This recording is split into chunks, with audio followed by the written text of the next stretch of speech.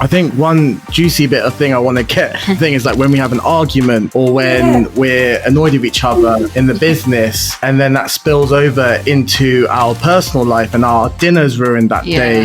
That's such a juicy question, Verna. How do you cope when you're in the middle of a freaking argument, right? Because in the middle of an argument, there's a professionalism to maintain of working together. You end up bringing in yesterday's argument today. Hi, Gurj. Well, thank you so much, Gurj, for being a part of our podcast. And yeah, you are a very valued guest. So thank you so much. And this is our first podcast, so you are a special guest. Yeah. Thank you. Okay. I feel very privileged to be here with you. Yeah. So I think we'll start off with, I don't know, what's that famous saying of don't mix business with pleasure, right? So what do you think about that? Don't mix business with pleasure, huh? I think from my own personal experience, I've been there, done that. Okay. Yeah. And I think it really depends in how the relationship is set up. It's not to say partnerships can't work like that. There are plenty of partnerships, whether it's family members, husband and wives, two sincere friends. I really think it depends on the depth of your relationship and, you know, how, and if you're asking in a romantic setting, how you create, and probably in any relationships, how you create some healthy boundaries around work and play. Yeah. Yeah. And how would you? So it's not a no-no. Yeah. Like me and Rosh work together, and I think we struggle with the boundaries part. So if you could give some insight onto how to create those boundaries, that would be amazing. Yeah. Well, the definition of boundaries, you know, it depends what you hear when you hear that word. So I'm going to ask each of you, actually, what do you hear when you hear the word boundary? Go on, Rosh, and you go first. It's funny because I really have to think about this. That's weird, right? But so for me, it's like a boundary, I think, in our relationship is something that we've agreed on. For example, you know, timings in the day, or like we won't do something past a certain time, or we won't discuss. I don't know. It's just like something that we've mutually agreed on that, we're both happy with. And to me, that is just like setting that to me is a healthy boundary. Yeah, I don't know. What do you think? I think for me, it's like knowing the difference between a working relationship professionally and knowing the personal family kind of couple relationship.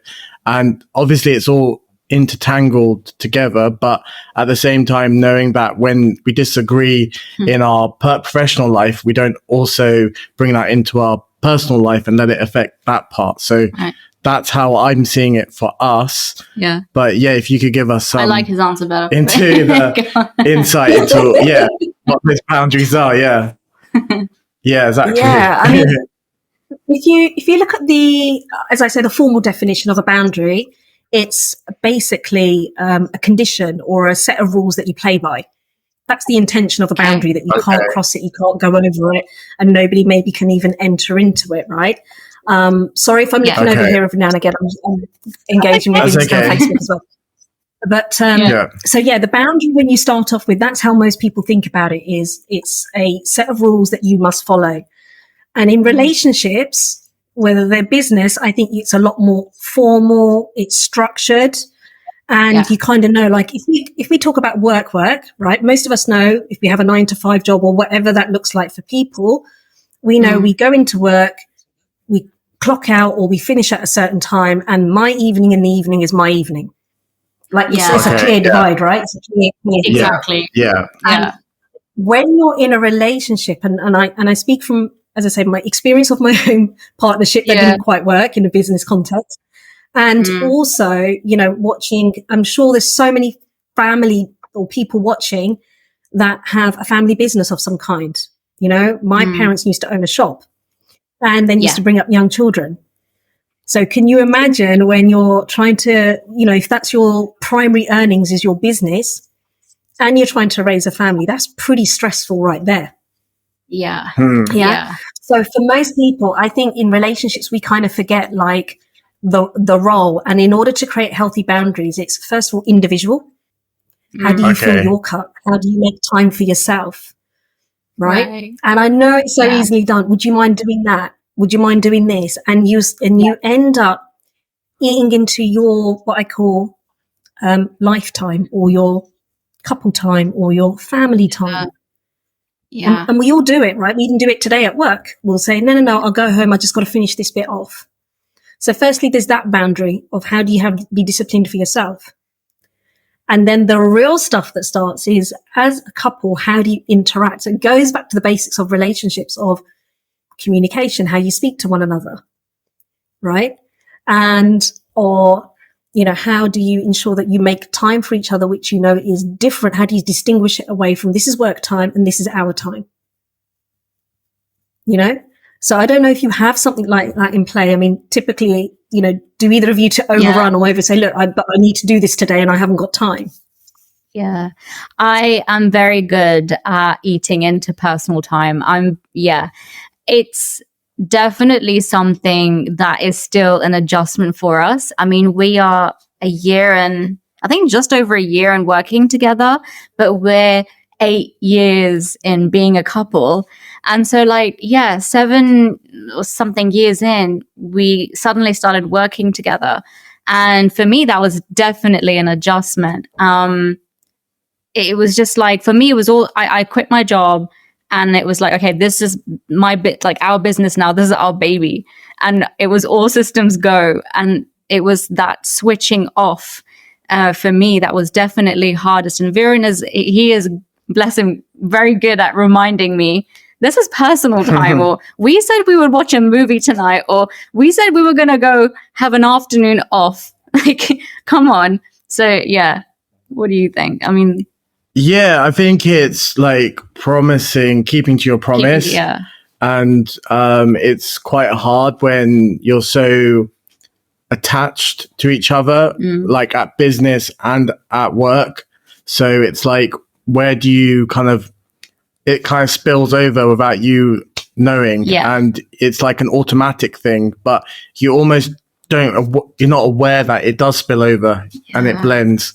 And I think one juicy bit of thing I want to get some sort of thing is when we have an argument or when we're annoyed with each other in the business, and then that spills over into our personal life and our dinner's ruined that day, or our cinema date is ruined. And it's all based on, we should have charged the client this much, but because I butted in, now you then get to say your thing in the professional thing. And then, it spills over. So what would your thoughts and advice be on that? Letting go, basically, of the argument. Yeah. That is such a juicy question, Viren. I'm so grateful that you've asked that, because it was actually where I was going to go next with it, of going, but how do you cope when you're in the middle of a freaking argument, right? And sometimes, because in the middle of an argument, there's a professionalism to maintain of working together. And if you've had a personal argument, it's just natural, right? Even if you had a normal 9-to-5 job, you would still be pissed off at your boss. Let's face it, because you'd be like, leave me alone. I'm having a tough time at home. And if your boss is your partner, for example, or, you have that equal weighting, it doesn't really matter, because you're right. You end up bringing in yesterday's argument today. And I think that's down for you as a dynamic of a couple of what do you put in place? What do you agree? Because the way you are with each other personally is the way you're going to be with each other professionally. Right. And after a while, you'll start to becoming resentful, because if one person's making decisions in the business, guess what? That's probably the same person that has the decision weighting in the personal life. And really, you want to bring that balance back up. Otherwise, it isn't a partnership anymore, right? Yeah. And I guess it is looking at it or going, right, which bit of it is carried over from last night's dinner argument and which bit of it is related to the business? And it's really being able to talk it out, and not make each other wrong. Because I'm sure you're it depends on the practicalities of the decisions you're making, the fundamental finances, what's involved.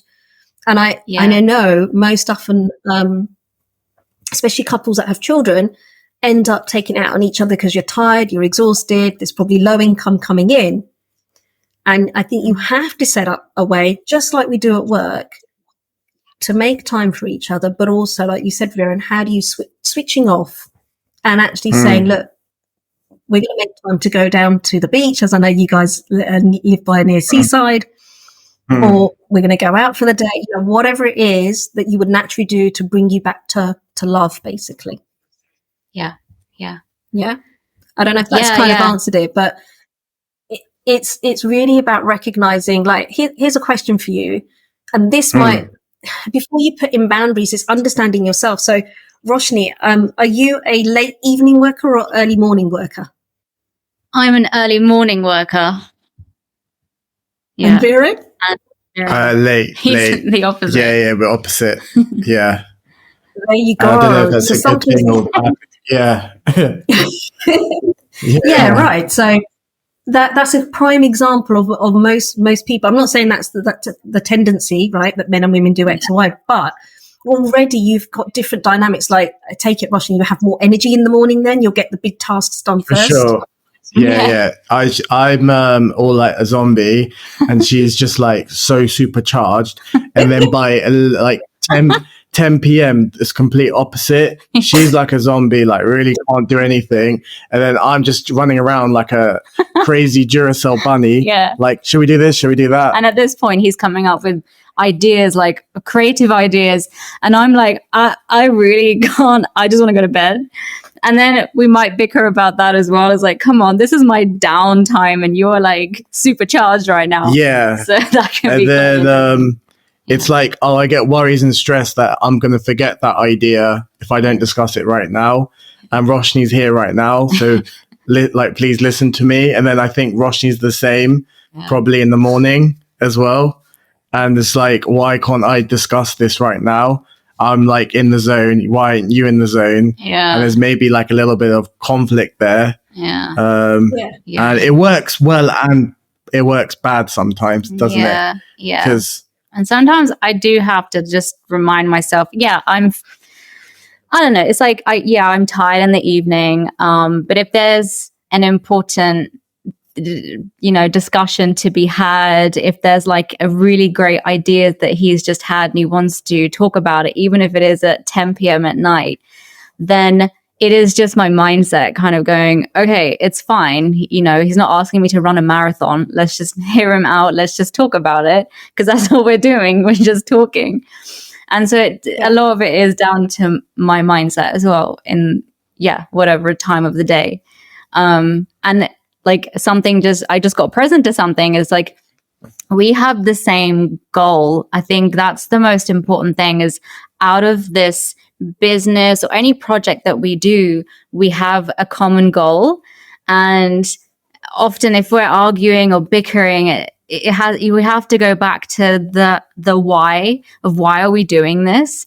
And it's because we're trying to achieve this thing and we have a common goal here. So, why are we like arguing about something so petty it could seem? So it's like going back to the why of why we're doing this and our like common aim as a couple and as a business. Absolutely. And look, as I said to you, that I openly admit to one of my personal mistakes that I made when I first started getting into coaching and coaching clients. I felt that I couldn't do this on my own, and I had a friend and a mutual acquaintance, friend, and said, "Hey, I'll support you. Let's set this business up." But actually, there was some inauthenticity going on underneath, where one person was saying there's a potential relationship, and one person was going, "Yes, I want a relationship, and I want a business partner as well." And I think it goes back to that, like, you two have a solid foundation, as you say, already of a relationship. So, you got to think about, like, is this business going to enhance you two as a couple? Because you're going to have to grow in different ways. People that have business, I'm sure whether you're, aware of this, not aware of this, being an entrepreneur or setting up your own business is very different. It requires you to bring different skill sets to what you would do at work, right? You have to be a leader. You have to make decisions. You have to be able to get on with each other. And at work, you can easily turn around and say, I don't get on with this person. Can you move me off the team, please? Or you can choose to leave your company. But what do you do at home? Right? Yeah. And as I say, it really matters what you two talked about there about intentionality of how you've set the business up and what your greater why is. You know, what's your greater purpose for choosing this business, and what is it how you see yourselves growing. So you'll have to have your individual goals, of course, have your personal goals, and then have your business goals. And I think all of that is you're creating the structure without having to put in or enforce boundaries. When I think of boundaries, and I'm sure people do in relationships, you kind of think of it as, you can't tell me what to do, or you can't do this when you want to. And in business, it's very different. You know, you're going to have to find ways to, I'm not going to say get along, but find middle ground. That includes the managing of your energy of going, right, I work late, I work early. Around about sometime after lunch, let's have a chat. Because that might be the time when Viren's a bit more approachable, and rushing it might be the time when you're like, oh, I need a second wind. Yeah. And then what practice would you use to distinguish your personal goals and then your business goals? And if there's a conflict between the two, how would you manage it? Well, first of all, do you both know your own personal goals? Probably not. I haven't even. No. I definitely neglect those compared with what we're aiming for in the business. I would say the most recent thing I've done is picked up on that I love to sing, and I want to get better at that. And I'm getting singing, like tutoring and learning how to sing better. But other than that, and before that, it was pretty much. What about you? Yeah, I think it's really hard because I think we are so intermingled between the two that we can't maybe separate them, and it almost becomes our personal goals are our business goals and vice versa. And because we run an art business as well, and I don't really see it as a business. I see it more as a hobby or a lifestyle. So it's like the business is the personal goal. And I can't seem to work out where those lines are at the moment because I've never actually thought of my personal goals. Yeah. Okay. Let me give you some food for thought around that then, guys. I'm going to actually quote a lovely company or a person who owns it. Should I say he's the co-founder of it? Some people may have heard of them. It's Vishen Lakhani, who owns Mind Valley. And he talks about the three most important questions. And I will break that down to you very, very quickly. And I find this really inspiring. And I often share it with clients similar that have come to me for support in setting up their business, because I was doing that a little bit in lockdown as well, helping others. And the three most questions are really, really important for you to do separately, which is, first of all, write down all the things you want to do over your lifetime. Places you want to visit, things you want to achieve, whether you want to be married, children, everything. Like, call it your bucket list. So it's almost like column one, what do I want from my life? That's as individuals. Column two, or question two, what resources and support do you need? Right? And that's so key to identifying both your personal business, like you said, you need a singing tutor, and there might be people that you need for your business. And this is great for you to identify, okay, we need help from X or Y. You know, like I said, I need help with podcasting, or I need help with marketing, or, you know, I need help with, delivering messages to clients and so forth, you know, whatever that looks like for you guys. And as I say, do it separately. And then your third and most important one, as part of your big why, and this really will set it home for you guys, of what do we want to give back to the world? So what is the legacy you want to leave behind? And then you can write that out of, you know, I always say this to people, don't think you have to go and achieve big things. For someone, it might be, my legacy is to leave a TED talk somewhere that people will have wisdom to, or it might be we want to set up a school that educates other children. I spoke to somebody yesterday, they want to set up a children's care home, residential home, right? For underprivileged kids. Yeah. And it really doesn't matter. It's what sings to your heart. Have those done separately and then come together and have a look, how aligned are you? And that will start to give you that direction that you want for your business. So that's Vishen Lakhani's 3 most important questions. Now, I know in his organization, he's had his staff put it up, and it was almost like, his way of getting to know people. So as you recruit people into your business, and B, just always being present to what your bigger game is. And that's where I say you get lost in today of the business. And then when you look up, you can then do this annually and go, hang on, is that still the goal for us? Is that what we want to still do? Does that make sense? Yeah, it does, yeah. And would you say like every 3 months, revisit it, like you said, and see where like the goalposts have moved? Have you achieved like the last 3 months of getting to that? And is it like a naturally evolving thing that as our relationship evolves, our business evolves, and so do these 3 goals evolve? Like, yeah, I would have it almost a bit. There's that. I always call it a vision board, which I create, and I tend to do these things annually. Right? Yeah. And I think it's important then to recognize, because, when you write them down, and and again, I'll give you a quick tip on vision boards. When I first used to do it, I used to like put things on there that was so random, just for the heck of it, but they weren't really what I wanted. And what's changed for me over time is I now do vision boards that are so crystal clear, right, that it's focused on 2 or 3 big things. And on the back of it, I have manifested like trips to Tallinn, where I went to go and meet Mind Valley team, met the King last year, and you could kind of go, they're all coincidental, but it's what you focus on is what you're going to bring to you. And it's the same for your business and your personal life. So if you have a certain aspiration, like, I don't know, your guest with this amazing podcast that you're creating, put your guest pictures up, right? And just play with it. So there's lots of ways. But to answer your question, Vera, and I would say to do it, annually. And if you must, then review it every 6 months.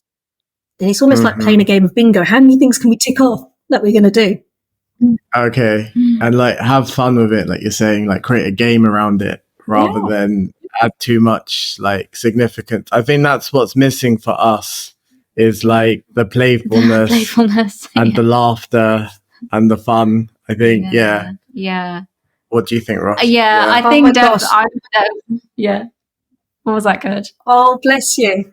I think it's, do you know what? It's easily done, because even I, as a solopreneur, I'm not in a partnership, of course. That's one of the things I do. I heavily rely upon my family around me and my friends as well to bring back that lightness to me, and we all need it. And you have to figure out what that looks like for you guys. Because you're right. Otherwise, the business becomes your focus, becomes heavy. And then you're like, who are you? Why are we working so hard? Why are we not enjoying life? And that's where, like you said, the arguments and the conflict start showing up. Yeah. I think, like, you're right. What I'm getting from this is basically we can have it all. We can have the amazing love between us. Yeah. We can have the amazing business. Yeah. And we can have the bucket list and everything. Yeah. And tick them all the off. Personal and the business goals. But it requires a bit of planning and implementation and a bit of strategy on how we do it. And basically it's like the common goal, and like it's like Gurj was saying, the common purpose of why we're doing what we're doing, and just always remembering that. And I really it's funny because I always heard about vision boards, and I love the idea of vision boards, and I've seen what it's done for people, but I've never implemented it. And I've always wanted to, but it was always just like put to the back burner. And I think if I'm going to take one thing from this, it's getting our, especially like our visions together as a business and as a couple, and making that clear. I'm definitely going to take that from this. Yeah, and there'll be things that is on Roshni's one, there's things on my one, but that's okay as well. Like we can work together to create Roshni's goal, we can work together to create my goal, and we'll have our own common goals, right? And we got to work that out between us, and not just like, oh, we want this many subscribers, we want this amount of money in our business, we want to do this amount financially, and obviously like everything with our clients and everything, but it's also the holistic approach, I think, and looking at our personal lives, like Roshni singing, me doing my photography, and traveling and stuff. So I think Yeah. I never thought of it like that in this until we did this conversation. Yeah. What do you think? Most people, this is the challenge in relationships, right? We all know, we all think we know what we want, which is great. And then we all struggle with, I know what I want, but I don't know how. Yeah. And then because you don't know the how, you don't even know how to implement it. Or you might know the how, but you might not know how to go about it, which is why, as I say to you, I think that third piece about, being vulnerable enough with each other when you don't understand something or you don't know how to do something. And this is really key, right? Balancing out, working out your strengths and weaknesses. Like, I admit I left the partner that I had thinking that he was the accountant in the relationship of the business. And also, he's the male, he can take the lead. But when it actually came to it, and I won't go into it, when it fell apart, right? Those were all the things that I've now had to learn. And I am so grateful for the lesson it taught me. And it was an expensive lesson to learn, but absolutely has it taught me, because I think in a relationship, you can have that, right? And even in a loving relationship, there's so many couples still that rely upon the husband to sort out everything, the legal stuff, the finances. And then unfortunately, when they're going through, a breakup, divorce, or unfortunately one of them's passed away, how many women then in that moment get scared and fearful because I don't know what I'm doing. He took care of it. And it's so disheartening, because it's like, man, if you got involved and like I said, it's great where you can balance out your strengths and weaknesses, but I do think it's important that you understand all aspects of the business, because you can bring a different perspective to it. Yeah, totally agree. Yeah. In this case, I'd definitely say I handle the finances. I will pass them over to you. But no, definitely. I think that, it's so easy to go, okay, here's your role and here's my role. And then, if one of us do get sick or God forbid, anything terrible happens, it's like, okay, what do we understand about the other thing? And for and on the creative side, I'm now really learning how to design websites and how to code and do all these things that I'd never done before. And I'm loving it and I'm enjoying it. But Viren is sort of passing it over to me, or he's helping me learn that side as well. So it's, you're totally right. It's like, if we all just, both of us understood like the whole holistic and how everything works together and have good knowledge of it, then I think that would definitely help as well. Yeah, and I think it's going out your comfort zone. Yeah, as well. And like, naturally, I'm more creative. Naturally, Roshni's more like planning, organizing. Yeah. But I think it's like maybe going out your comfort zone, just being related to what the other person's doing as well. Just have a little taster. Yeah. And the reason I say that I was going to say the reason you need to sometimes switch role, it may not work always. Like I said, you recognize your strengths and weaknesses, and that's the whole point of yin and yang and complementing each other. But you got to get at some point, Viren, you're going to call her the control police, the all the spending and managing everything. You're like, you're dampening my creativity. And over here, Roshni's the one that's taking all the burden of going, have you seen the business accounts? Do you know what I mean? Spending the money. This is no longer viable. Yeah. Right?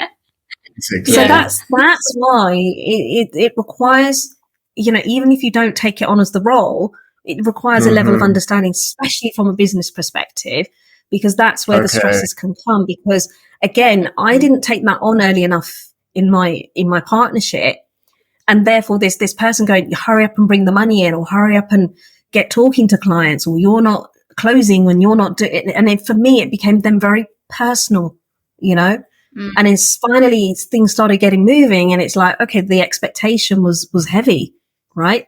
That I set up all the business, I've got all this and this done, and it felt like somebody's thrown it back at you versus encouraging you in that moment. That makes sense? Yeah. And I think it's really interesting you said that, because it's almost like, it sounds bad, but we kind of maybe a little bit compete like with each other. Like, oh, you've done this much today, I've done this much today. Therefore, I deserve like the amazing chocolate bar today, or I deserve to like go out and have fun. You can like do the work you were meant to do today. and it almost becomes a little rivalry between the two of us. I don't think it's like that bad, but it's maybe there without us knowing. It's something we don't know, and it's just like, it's just there a little bit. Yeah. And then that maybe goes in our personal, As I say, a little bit of competitiveness doesn't hurt, right? Because it keeps you on your toes. But it's when it becomes, like you say, very personable, and it's not, you're not against each other. You want to make it work together, and as long as you're having fun with it, that's the key thing. Yeah, I think that's it. Not have it be an unhealthy competition. I think you're right. A little bit of it is healthy, but I think the most important thing I keep getting back to is just the goals and the vision board. And that is the overriding thing that will bind it all together. It's like the magic glue that will keep it all like in one place. And I think we haven't done that. And that's something that's missing, isn't it? I think sometimes we do end up like, it could be we're bickering about something or just disagree on something. And then we kind of just have to remind each other, why are we doing this? Or like, come on, we're on the same team. It's like we have to remind each other we are on the same team. We're not. So it definitely, especially Viren, as always, I'm not against you. I'm trying to help. And then I come to realize like, okay, he is trying to help me. He's not like turning against me here. Of course not. And it's that reminding aspect as well. It's just like people need reminding sometimes, right? And it's just like, for me, that definitely helps. Sorry, I was just going, look, going back to what Viren said, I think that's where the business calls, looking at them at least every 3 months is important. We're now seeing it in the workplace where people are supposed to have personal development reviews every 90 days or so. So it doesn't come at a surprise. Oh, we haven't hit our numbers, or you haven't hit your objectives. So if you are doing that, but the way you want to do it is, be kind and fair to yourselves. And I think it's going back to those business goals that if you forget them, right? And again, one of the things is I want to say it's a marathon, but it's not even that, right? It's going to be a long walk. And most of us try and run before we can walk, right? And these expectations of, I'll have this done by this quarter, or I'll have this, like, get focused on a few things and do them well. You can't do everything. Like, trust me, I still don't have a website set up. I don't have everything that's aligned. We're going through a rebranding at the moment, right? Which I get reminded every day by both my amazing team that build the tech and the funnels, and people that do some of the socials implementation, that, hello, we're not sort of joined up yet. And I'm like, I know, but it all works, right? So I always say be stubborn to the task, but soft with people to a point. I like that. Stubborn to the task, but soft with you. I like that, actually. That's very great. Reminds me of another, I think, another saying. But that's really great. So, and then, what's your advice for people out there who are thinking about having a business and a relationship with their partner, but they are actually just worried that they don't get on personally, and they do argue a lot, and it's like that's never going to work. But like maybe there is something there that could work professionally rather than personally, and vice versa. Like, so what would you give to someone who's struggling with that? Well, I think it's like with, as I said, it could be a family setting, it could be two friends coming together, and I think it comes back down to the intentionality. The stronger your why, or the more clearer you are about your why, the more longevity you're going to have. I know so many people that took on a new business during lockdown. And if you were to now look back at how many businesses opened versus how many are today, they usually say most businesses fail within the first year, if not within the first 2 or 3, because it's unsustainable if you haven't got regular income coming in, or a second job, or your first job, and this is your side hustle to support you. So it's understanding that, like, what is it I want to do, and why do I want to do it? And what will, I guess the key question is, what's going to make me walk away? If you ask those questions to yourself, what would it take for me to walk away? Have those written down, then you're very clear. If this person did this to me, I'm going to walk away. And you always tell that to the person, because that is part of your boundary setting, right? And if I had known that earlier, trust me, I would have enforced it.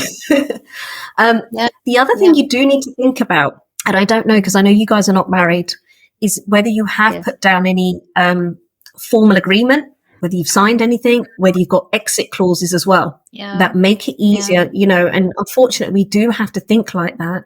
You could call it a business divorce of sorts, but it's not. But you have to think about what's the practical way of shutting this business down should you not wish to carry on with it. Because again, we were in a situation where one of us had invested more into this business. One of us had more ownership to the business. And, you know, it got messy towards the end. I'm not going to pretend. Okay. Yeah. So Thank you for that. there is an element of we end up, how do I put it? Turning a blind eye, if that's the right expression. But they love me. Yeah. Don't get me wrong. You know, love is what it is. But if you don't thankfully you two have, I believe, a foundation that's built on integrity, it's built on responsibility and workability. And when those three things are not there, it's not about trust. Most people think of it as trust, but I think when you stop being responsible, you stop working together or having teamwork. And then thirdly, there is a complete breakdown in your communication or working style. That's where the importance of that agreement or that acknowledgement of, look, it's not going to work out. How are we going to end this? Who wants what? You know, because I've been in that situation where one person wants the business but doesn't want the relationship. Right. Wow. Okay. Yeah. Thank you for that. You both sat there going, "Oh my god, so sorry, guys." I'm just like, okay, yeah. Quick, let's yeah. I'm gonna See, make this sure podcast, we're going to be sounding in the okay, the contract side. Yeah, go the ready. legal side done. Yeah. Exactly. That's really great though. It's really That's interesting. really. Oops. Yeah, it's really good. Yeah. Thank you. And I think what I'm trying to get maybe end it on a positive is like it can work, can't it? Positive? It wasn't negative, guys. No. You just look so serious. God, what have I done? No, that's great. Thank you, Gurj. Yeah, that's great. Yeah. I think, it can work as long as you got all the right Yeah. distinctions and tools and everything in place. And These things in place. I think the most important thing is like taking responsibility for it and just being responsible for your life and your personal life as well. And it's like you can't just have one neglect the other, and it has to be this whole holistic thing approach, that you take care of, whether it's the emotional side and the practical side of things. And all of it is just as important as each other. And at the end of the day, it's just like knowing that there's the business and then there's like the relationship, and like both are important, but keeping that relationship side of things strong is also. There's one last tool that I can leave you with, right? If you go on Google onto the internet anywhere, you can pull off something called the Wheel of Life. And on the Wheel of Life, you can chart, you know, how much time you spend in a certain area of your life. And it becomes really evident where you're not spending a lot of time. And this is where I say people think, you know, they end up trading off a relationship onto a business or the gym for family time. You'll see it for yourself where you end up focusing more. And then there's no surprise when there's not great relationships or great fulfillment in your life because there's an imbalance. So I was just going to leave you on the positive note. If you want a relationship to thrive, you want a business to thrive, you're going to have to bring the same level of energy, love, and balance to all of it. All of it. It's not separate to you. Yeah. It's all part of you, and it's in your creation. Yeah. Right. Yeah. That's really great. Thank you. Thank you. Yeah. I'll definitely do And when you meet your next partner, would you consider being a business partner as well? And how, having learnt like now what you've learned, do you feel like you could have a better relationship with him professionally and personally? Yeah, look, I'm never going to say never, right? My aspiration is I would love to meet someone that firstly I can communicate with, we get on with, we want to grow each other with. And that might look like they have their own business or they may not have their own business, but they can surely see what I'm up to and be supportive of it. So I do have a little bit of that in my thinking for a future partner. And yeah, I wouldn't say never, because obviously, you know, there are things that I want to learn, but I want them to be that, like I say, equal weighting in some shape or form. But who knows, Viren? But yeah, I think there's things I've now learned from that. And I think the thing is, because my business is, for me, established, and there's people within the business that are helping me, I recognize that if someone walked into my life, I'm not necessarily asking them to start my business with me.